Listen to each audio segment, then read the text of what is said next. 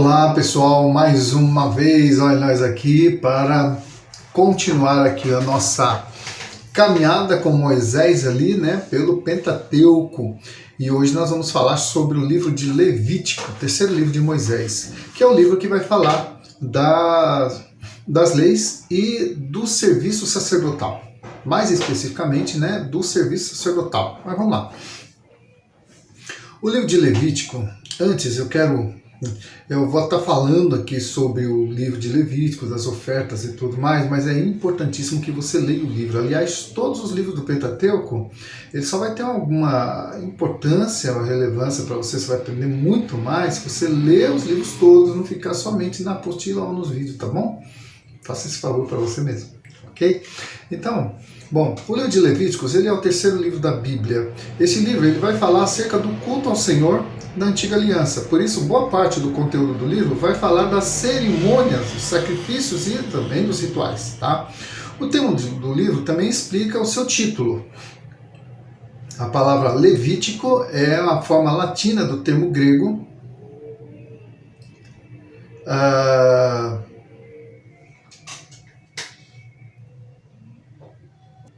Pois bem, a palavra então vem do termo latino, que significa, aliás, né, forma latina do termo grego, que significa o livro cujo significado é acerca dos levitas, ok? E sendo assim, o papel, né, então esse livro ele vai falar do papel dos levitas no culto veterotestamentário, ou seja, do Antigo Testamento, tá ok?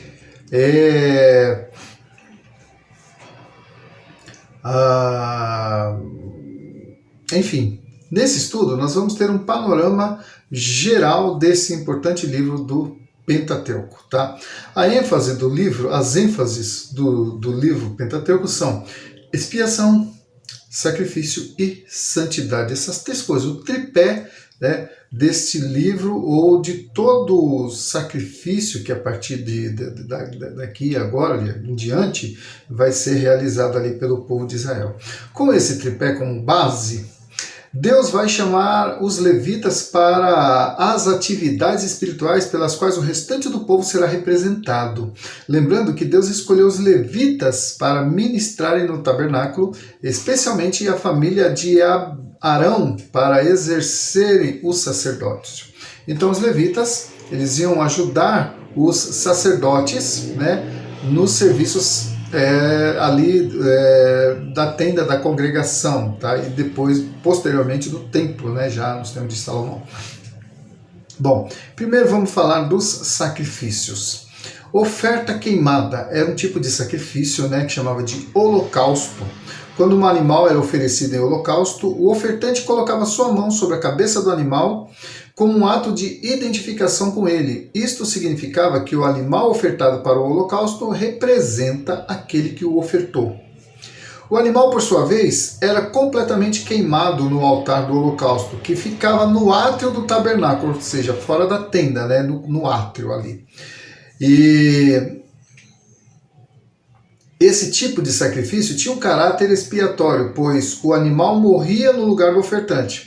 Sua morte simbolizava a redenção do castigo que ele, como pecador, merecia. Assim, os sacrifícios oferecidos em holocaustos possibilitavam a expiação do pecado do povo e dos próprios sacerdotes, que, apesar de serem ministros do culto, também eram pecadores e precisavam de santificar-se, né? Ou sacrificar. Para entender melhor, sugiro que você leia, então, Levítico capítulo 1, versículo de 1 a 17, né? Um texto que tem 17 versículos que eu não vou ler para não tomar tempo, mas está aí na sua Bíblia, você pode acompanhar, tá? Bom, observação, o animal podia ser de grande porte, como um boi, ou de médio porte, como uma ovelha, um cabrito, ou de um animal pequeno, né? Uma ave, dependendo das condições financeiras do ofertante. Então ele tinha essas opções. Se tivesse uma posição financeira boa, então ele ofertava um boi. Se fosse classe média, ofertava uma ovelha. Se fosse pobre, né, de poucos recursos, então ele ofertava então uma ave, tá? O holocausto podia ser realizado em favor de uma pessoa esporadicamente, e também em favor da nação inteira, que era no dia da expiação. Então, esse holocausto pela nação inteira, ele tinha um dia específico para acontecer, que era o Yom Kippur, era o dia do perdão, né? Que se realizava uma vez por ano, tá? Assunto que a gente vai tratar mais para frente. Aí nós temos também a oferta de manjares, tá? A oferta de manjares traz ali no capítulo 2, versículos de 1 a 9, né? Tá toda a regulamentação ali, que diz assim: quando alguma pessoa fizer oferta de manjares ao Senhor, a sua oferta será de flor de farinha. Nela deitará azeite, sobre ela porá incenso. Da oferta de manjares tomará o sacerdote a porção memorial e a queimará sobre o altar. É oferta queimada de aroma agradável ao Senhor. A oferta de manjares, ou oferta de cereais, servia para lembrar o povo de que Deus era o seu provedor. Era ele quem supria as necessidades do povo. E esse tipo de oferta era para que o povo nunca se esquecesse de que sua suficiência vem de Deus. Jesus, sendo a provisão de Deus para toda a humanidade, disse certa vez, João 6, 35 e 37, eu sou o pão da vida. O que vem a mim jamais terá fome. E assim como o Pai que vive me enviou, igualmente eu vivo pelo Pai. Também quem de mim se alimenta, por mim viverá. Então a gente pode fazer aqui uma analogia, né, dos utensílios do tabernáculo, das práticas do tabernáculo, se cumprindo na pessoa de Jesus, ok? Podemos observar então que todas as ofertas e sacrifícios fazem alusão a Jesus e a sua obra redentora e provedora. Glória a Deus, né? Bom, nós temos também a oferta pacífica. O que era a oferta pacífica? Era o único sacrifício em que o ofertante participava comendo da oferta com a família e também com o sacerdote. Esses sacrifícios eram oferecidos por aqueles que desejavam expressar adoração e louvores a Deus pela sua paz, pelas bênçãos recebidas e gratidão também para com ele. Também eram divididas em 3 espécies: oferta de gratidão, ofertas por um voto e ofertas voluntárias. Dentre essas, a oferta de gratidão ou de louvor era a que mais se destacava. Para esta oferta, o animal tinha que ser perfeito, sem mancha e também sem defeito, né? Tá? E depois nós temos, em quarto lugar, a oferta pelo pecado. Sacrificava-se também um animal para a expiação do pecado não intencional ou cometido por ignorância. Vamos supor, você cometeu um pecado que você não queria, né? Não estava nos seus planos, mas acabou acontecendo. E aí você tinha também que sacrificar um animal, né? Ou expiação pelo pecado. Expiação quer dizer cobrir, reconciliar, pacificar, cobrir o pecado. Esse sacrifício era realizado uma vez por ano pelo sumo sacerdote, que oferecia um novilho em sacrifício pelos pecados da nação. Foi o que eu falei anteriormente, né? Que também poderia ser, né, oferta pelo pecado da nação e oferta pelo pecado individual. Tá?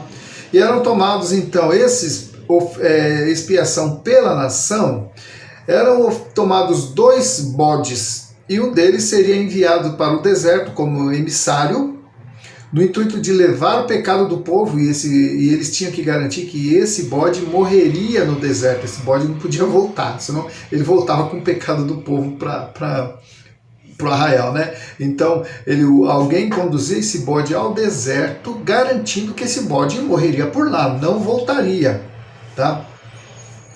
E o outro bode era sacrificado e seu sangue era aspergido no propiciatório, cobrindo o pecado do povo. Aquele propiciatório que ficava no Santíssimo Lugar, além do véu. Tinha um véu, tá? Enfim. E esses acontecimentos ocorriam uma vez por ano, no dia 10 de setembro do mês. Tá? Esse era o grande dia do perdão, Yom Kippur. Esse era o nome. Leia o capítulo 16 de Levítico para você entender melhor esse tipo de sacrifício, no qual o sacerdote entrava no Santo dos Santos para a expiação, que até hoje é comemorado, e pelos judeus, né, também, que é o dia da expiação ou dia do perdão nacional. Aí vem também, em quinto lugar, a oferta pela culpa. A oferta pela culpa era bem parecida com a oferta pelo pecado. A diferença é que, além do sacrifício, o ofertante tinha que ressarcir o ofendido. Por exemplo, se alguém enganasse o outro por lucros, seja por dinheiro ou propriedade, o ofertante deveria acrescentar 1/5 a mais para o ofendido. Veja mais detalhes em Levíticos capítulo 6, versículo 1 a 7. Havia casos em que a restituição era em dobro e casos em que a restituição era 4 vezes mais. Você se lembra de Zaqueu, publicano? Quando ele se converteu, ele disse, né? Eis que resolvo a devolver 4 vezes mais aquele a quem eu defraudei, né? Enfim, ele se dispôs então a restituir 4 vezes mais, tá? Temos também os sacrifícios sacerdotais. Bem, como você pode observar, Deus tinha leis bem detalhadas para o seu povo em relação à forma de se relacionar com ele. O conhecimento dessas práticas levam os hebreus a ter mais temor a Deus e nós também hoje, né? Porque quando a gente estuda isso, não que a gente vá praticar isso tudo, porque em Jesus isso tudo se cumpriu, mas quando a gente tem consciência, né, desse sacrifício, dessas ofertas, enfim, tudo isso, é gerado um temor dentro da gente que faz com que a gente veja Deus com mais reverência, né? Não com mais medo, mas com mais respeito, com mais reverência, com mais temor, tá? O sacerdote deveria ser levita da família de Arão, da tribo de Levi e da família de Arão. Lembrando que Deus havia escolhido a tribo de Levi para ser uma tribo sacerdotal, ou seja, esta tribo deveria estar engajada nos ofícios do tabernáculo e mais tarde no templo. Aos filhos ou descendência de Arão foi determinado o sacerdócio de modo mais estrito, ou seja, somente eles poderiam entrar no interior do tabernáculo e somente o sumo sacerdote poderia entrar no Santíssimo Lugar uma vez por ano para fazer a expiação anual pelos pecados da nação, do qual nós já falamos, né? Os levitas deveriam ser consagrados aos serviços gerais do tabernáculo. Manutenção, limpeza, transporte e manutenção dos utensílios, higienização dos utensílios, enfim. Os sacerdotes não poderiam casar-se com mulher divorciada, viúva e nem com mulher prostituta. É o que está escrito, né? No Levíticos capítulo 21, as atribuições do sacerdote. Você vai ver que para ser sacerdote tinha que seguir várias restrições por causa da posição que ocupava. Então, quanto mais alta era a patente do sacerdote, mais exigências tinha, né? Mas, enfim, era um privilégio também. Aos filhos, eu falei? Tá. Os levitas, já falei isso também. A morte dos filhos de Arão foi também um acontecimento importante. Nadab e Abiú, eles ofereceram fogo estranho ao Senhor. O que é isso, né? Fogo estranho. Está lá no capítulo 10, versículo 1 e 2. Diz que Nadab e Abiú, eles eram filhos de Arão. Eles ofereceram fogo estranho no altar. Provavelmente eles pegaram fogo de um outro local e botaram no altar, o que Deus não havia ordenado, né? E aí então eles foram fulminados e Arão foi proibido de chorar a morte dos filhos dele, né? Mas enfim, lê o texto lá para você entender melhor isso aí. É interessante saber essas coisas, tá bom? Nadab, olha aqui, tá aqui o texto. Nadab e Abiú, filho de Arão, tomaram cada um o seu incensário, e puseram-lhe fogo e incenso sobre ele, trazendo fogo estranho perante o Senhor, contrariamente àquilo que ele expressamente ordenara. Então saiu fogo da presença do Senhor e os consumiu, os matou. Não se sabe ao certo a respeito desse fogo estranho que eles ofereceram. Sabe-se, no entanto, que eles fizeram o que não estava em conformidade com as orientações de Deus e por conta disso morreram. Bom, haviam também muitas outras leis e orientações para os levitas e algumas delas seria interessante pesquisar. Por exemplo, eu não vou falar delas aqui, mas você pode pesquisar. Quem eram os animais? Quais eram os animais puros e os animais impuros? Sabemos que o porco era um animal impuro, o coelho era um animal impuro, né? Então, tinha os animais puros, que, ou seja, que servia para alimento e para sacrifício, né? Que eram o boi, era animal puro, o veado, o bode, o cabrito, o cordeiro, né? Bom, outra coisa que é bom você pesquisar, a purificação da mulher depois do parto. Por quê? Né? Lembrando, né, que olha, eu não sei como que era a vida no deserto, 40 anos vivendo no deserto, não tinha hospitais, era tudo em tendas, era tudo muito rudimentar. Imagine o problema que as mulheres enfrentavam, né, com o regramento delas. Então, e acho que também tinha uma série de normas, né, a respeito também das mulheres, para que elas também não contraíssem algum tipo de infecção de doença, né? Tinha, e inclusive a purificação da mulher depois do parto também vai ter a ver com isso aí, com a questão de saúde pública. E também, por que o tratamento da lepra era tão rigoroso? Era outro caso também para você pesquisar. Por que o leproso tinha que ficar isolado, afastado da comunidade? E depois que ele se curasse, ele tinha que se mostrar ao sacerdote, e era o sacerdote quem ia dar a opinião final sobre o caso, se ele já estava curado ou se não estava. Quando Jesus curou os 10 leprosos lá, Jesus disse, olha, vão e se mostrem ao sacerdote, ou seja, isso era uma prática, né? Você foi curado de lepra, está curado, então você tem que se mostrar ao sacerdote, para o sacerdote então confirmar a sua cura, e aí você é reintegrado na sociedade novamente. E aí teve um que voltou para agradecer Jesus, e esse era samaritano, né? Você deve estar a par da história. Então, por que o tratamento da lepra era tão rigoroso? Pesquise.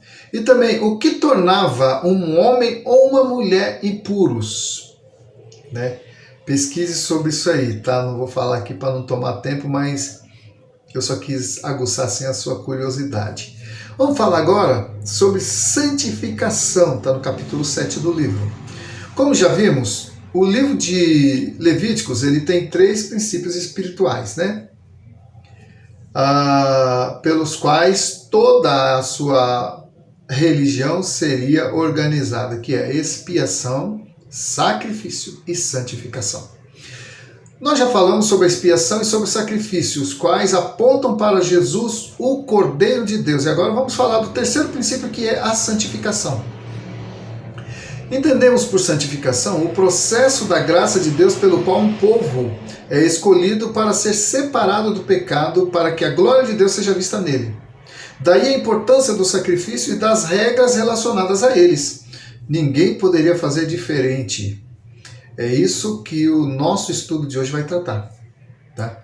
Então, o primeiro tópico sobre santificação, a proibição de comer a carne com sangue, ou comer o sangue, né?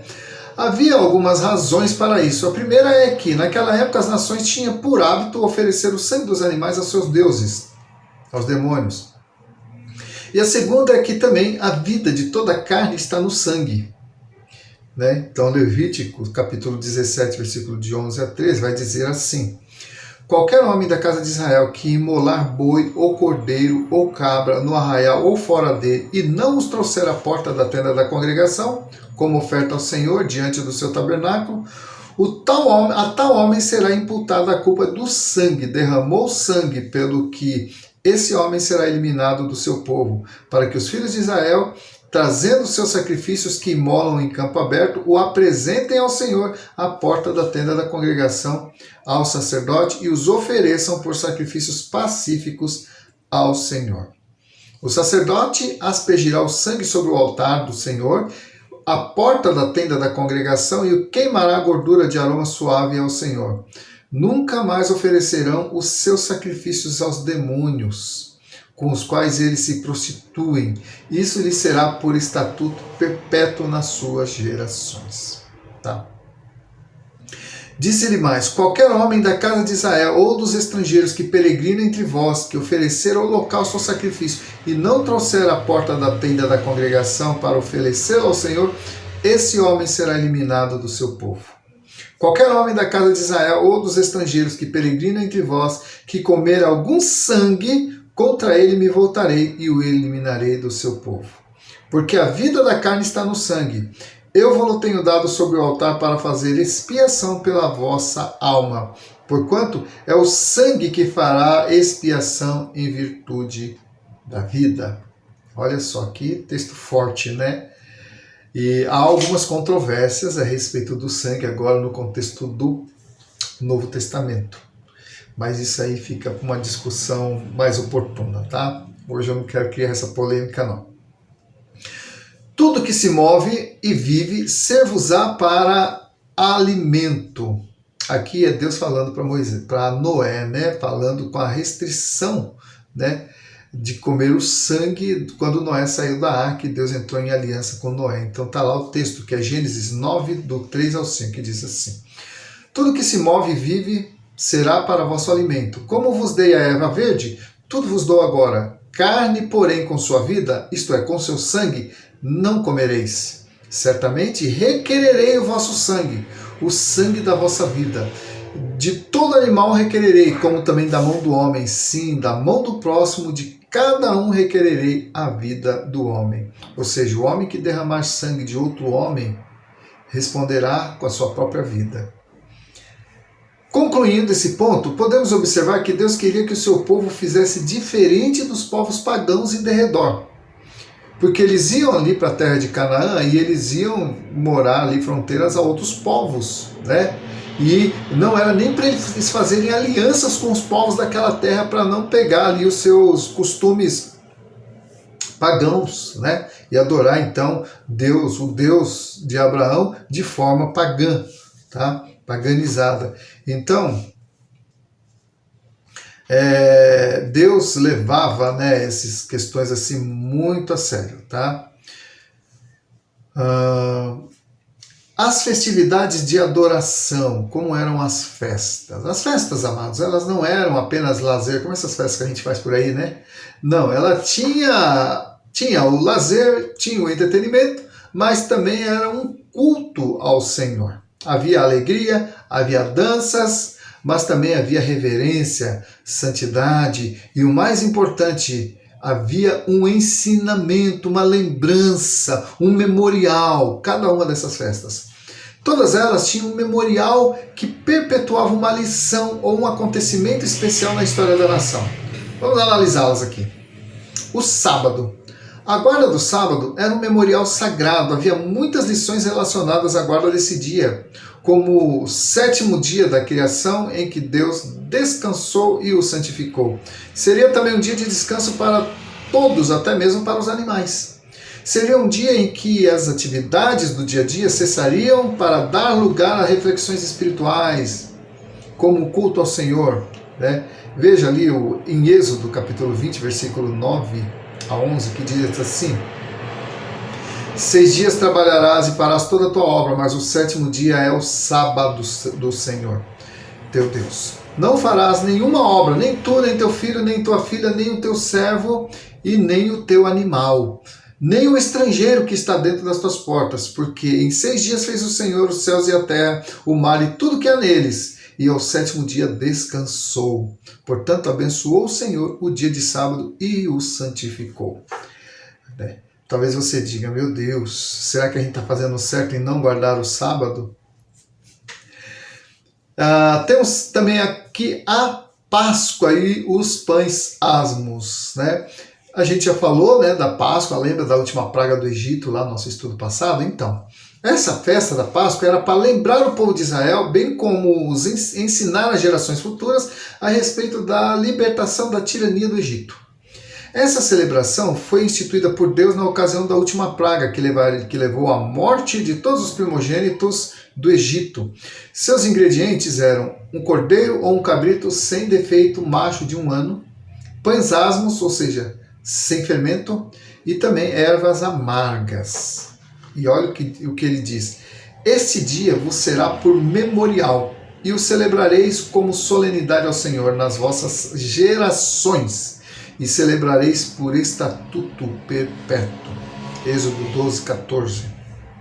Então a Páscoa, falando, né, do Êxodo, tem também agora a festa do quê? Das primícias, ou dos primeiros frutos. As primícias era outra importante festa na qual os primeiros frutos da terra, a qual haveriam de herdar, eram oferecidos ao Senhor. O ensinamento dessa festa era que o povo reconhecia que ele, né, que era o Senhor quem abençoava a terra, garantindo-lhes o sustento. Diferente das nações vizinhas, que cultuavam os demônios com sacrifício de vidas humanas, prostituição cultual e outras práticas condenadas por Deus. O oferecimento das primícias a Deus santificava todo o restante da colheita. Para você ter maiores informações sobre essa festa, leia Levítico 23, do 1 ao 22. Tá? E tem também a festa das semanas ou de Pentecostes. O Pentecostes acontecia 50 dias após a festa das primícias e se findavam, né, quando se findavam as colheitas. Era uma festa de gratidão pela provisão de Deus para o seu povo. Lembrando que a igreja, né, nasceu no dia de Pentecostes, né, 50 dias depois da ressurreição de Jesus. Tem muita coisa a ver aí, né? Então, a festa do Pentecoste, por isso que a igreja pentecostal, né, vem do termo Pentecostes. Só que o Pentecoste não tinha como é que fala? O entendimento que se tem hoje, né? Que fala Pentecoste é quando a pessoa é batizada no Espírito Santo, né? Tem aquele mover pentecostal, aquela coisa. Não, Pentecostes é 50 dias depois da festa das primícias. Era a festa do Pentecostes e pronto, era isso, tá? E tem também a festa das trombetas, que festa seria esta? Esta festa também era uma importante solenidade, pois as trombetas anunciavam, sabe o quê?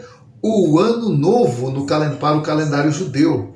Lembrando que o calendário judeu era diferente do calendário de outros povos. E até hoje continua sendo, né? Eles têm dois calendários, né? Um que é parecido com o nosso e o outro que é próprio deles mesmo, tá? Que inclusive parece que acontece no mês de setembro, se eu não me engano. O soar da trombeta assinalava o início de um novo ano. A festa era de muita alegria, mas também de reflexão sobre o cuidado de Deus para com seu povo. O toque da trombeta finalizava um período de tempo que se passou para um novo tempo que começa. Então, é chamada Festa das Trombetas. Será que dá para fazer um paralelo com o toque da trombeta no advento da vinda do Senhor? Quando o apóstolo Paulo diz, né, ao toque da última trombeta, a trombeta soará e os mortos em Cristo ressuscitarão. Está aqui, ó. 1 Coríntios 15, 51, versículo 2. Eis que vos digo um mistério.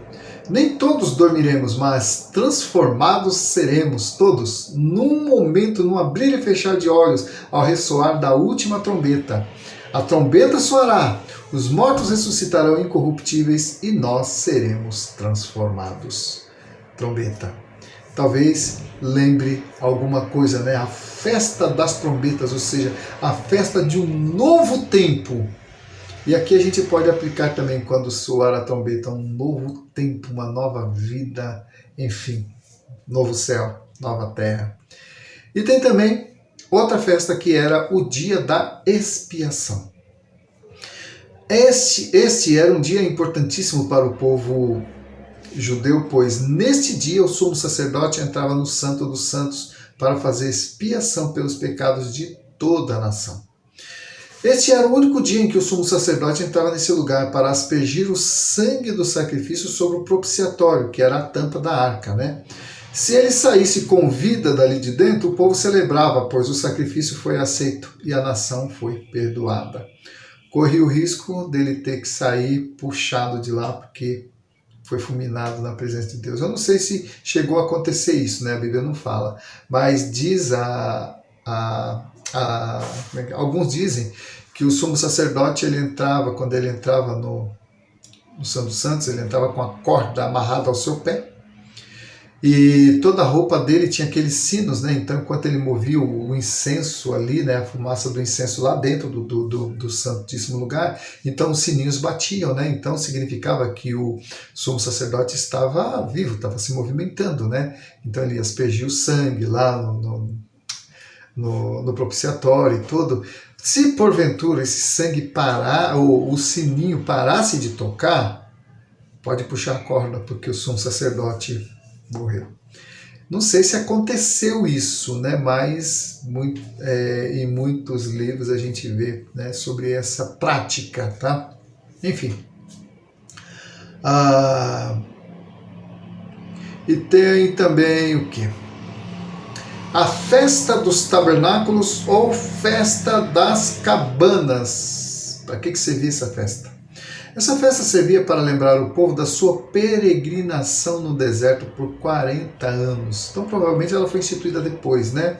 Durante o qual eles habitavam em cabanas e Deus os sustentou ali durante 40 anos no deserto. Ou seja, a festa das cabanas é para lembrá-los que eles passaram 40 anos no deserto sendo sustentados por Deus. De dia, o maná, as cordonizes, a água que saía da rocha, e as sandálias não envelheceram, as vestes não envelheceram, mas aquela geração morreu no deserto por causa da desobediência, né? Durante 7 dias, então, eles deveriam habitar em cabanas ali, improvisadas, e celebrar com alegria o cuidado e a provisão do Senhor no deserto, onde peregrinaram por 40 anos. Então você vê que esses feitos do Senhor, essa interação de Deus com Israel, a caminhada, né, o Egito, a saída do Egito e tudo, Deus, então, ele estabeleceu festas e sacrifícios tal para se perpetuar essa história, para que o povo nunca se esquecesse, né? E, bom, essas festas tinham realmente um caráter altamente didático, ou seja, serviam para ensinar e para lembrar o povo, né, ensinando também as futuras gerações, que Deus protegeu e supriu o seu povo ali no deserto. Olha o que diz o livro de Êxodo, capítulo 12, versículos 26 a 28. Quando vossos filhos vos perguntarem que rito é este, respondereis: é o sacrifício da Páscoa do Senhor, que passou por cima das casas dos filhos de Israel no Egito, quando feriu os egípcios e livrou as nossas casas. Então o povo se inclinou e adorou, e foram os filhos de Israel e fizeram isso como o Senhor ordenara a Moisés e a Arão, assim o fizeram. Então você vê que até a festa da Páscoa, aquela festa, eles deveriam fazer todo ano. E lá para frente, na 4ª, 5ª geração, 10ª, 20ª geração, continuaria fazendo essa festa da Páscoa. E aí o filho perguntou: pai, para que a gente todo ano faz dessa forma? Tal? E o pai então vai explicar e vai perpetuando-se assim, então, o conhecimento de Deus e a história do povo de Israel sendo protagonizada pelo seu Deus. Amém? Temos ao todo, então, 7 festas ou 7 solenidades que faziam parte da rotina cultural e espiritual dos hebreus, de forma que seriam uma nação diferenciada, uma nação sacerdotal, povo exclusivo de Deus. No entanto, olha só, ao olharmos para a cruz de Cristo, todas essas festas, todos esses sacrifícios e ordenanças se obscurecem e se desvanecem, perdendo sua importância, pois em Cristo todos podemos ser aceitos por Deus. Jesus foi o perfeito sacrifício. Amém? Está lá em Hebreus capítulo 10, que diz assim: ora, visto que a lei tem sombra dos bens vindouros, não a imagem real das coisas, nunca, jamais podem tornar perfeitos os ofertantes, com os mesmos sacrifícios que ano após ano perpetuamente eles oferecem. De outra sorte, não teriam cessado de ser oferecidos, porquanto os que prestam culto, tendo sido purificados uma vez por todas, não mais teriam consciência de pecado. Entretanto, nesse sacrifício faz-se recordação de pecados todos os anos, que todo ano tem o Yom-Kippur, né, que é o ano do perdão. Porque é impossível que sangue de touros e de bodes remova pecados. Por isso, ao entrar no mundo diz: sacrifício e oferta não quisestes, Antes, um corpo me formaste. Não te deleitaste em holocausto e ofertas pelo pecado. Então eu disse: eis aqui estou. No rolo do livro está escrito a meu respeito para fazer, ó Deus, a tua vontade. Depois de dizer como acima, sacrifícios e ofertas não quisesse, nem holocausto e nem oblações pelo pecado, nem com isto te deleitaste, coisas que se oferecem segundo a lei, então acrescentou: eis aqui estou para fazer, ó Deus, a tua vontade. Remove o primeiro para estabelecer o segundo. Nessa vontade é que temos sido santificados mediante a oferta do corpo de Jesus uma vez por todas. Ora, todo sacerdote se apresenta dia após dia para oferecer o sacrifício sagrado e a oferecer muitas vezes os mesmos sacrifícios que jamais podem remover pecados. Jesus, porém, tendo oferecido para sempre um único sacrifício pelos pecados, assentou-se à destra de Deus, aguardando daí em diante até que os seus inimigos sejam postos por estrado de seus pés. Porque com uma única oferta aperfeiçoou para sempre quantos estão sendo santificados. E disto nos dá testemunho também o Espírito Santo. Porquanto, após ter dito: esta é a aliança que firmarei com eles depois daqueles dias, diz o Senhor. Porei no seu coração as minhas leis e sobre a sua mente as inscreverei.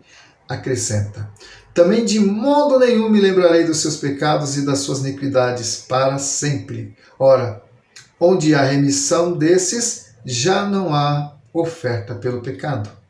Tendo, pois, irmãos, intrepidez para entrar no Santo dos Santos pelo sangue de Jesus, pelo novo e vivo caminho que ele nos consagrou pelo véu, isto é, pela sua morte, e tendo grande sacerdote sobre a casa de Deus, aproximemo-nos com sincero coração e em plena certeza de fé, tendo o coração purificado da má consciência e lavado o corpo com água pura, guardemos firme a confissão da esperança sem vacilar, pois quem fez a promessa é fiel.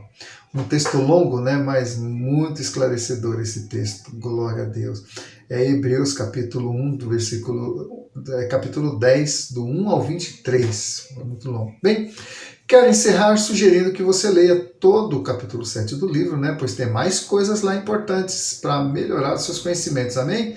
E até a nossa próxima aula. Sim, também pesquise na internet a respeito disso, você vai encontrar muito material lá, tá bom? Que Deus te abençoe e a gente se vê na nossa próxima aula ou no nosso próximo vídeo.